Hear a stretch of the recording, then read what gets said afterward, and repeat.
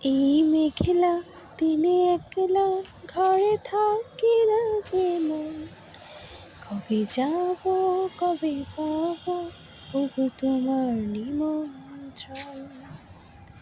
আসসালামু আলাইকুম সবাইকে, সবাই কেমন আছেন?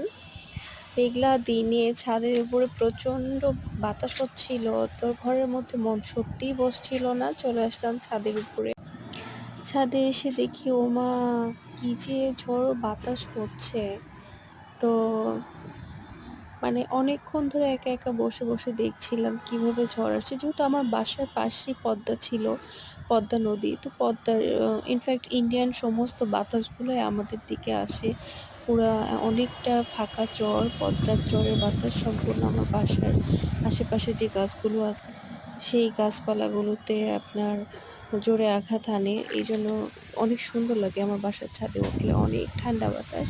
হুট করে দেখলাম আমার গাছ থেকে মানে পাকা আম পড়ে আছে। তো আমটা দেখে ভালোই লাগলো। বিশ্বাস করেন, গাছের সমস্ত আম পাড়া হয়ে গেছে।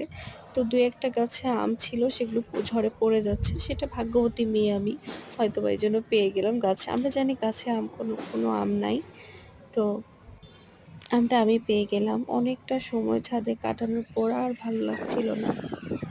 ছাদ থেকে নেমে চলে আসলাম। কিন্তু আমাদের হচ্ছে পদ্মার পাড়ে যাদের বাসা, তারা এই বর্ষাকালে যে সুন্দর বৈশাখী ঝোড়ো হাওয়াটা আমরা অনেক বেশি উপভোগ করি। Trust me. খোদা হাফেজ।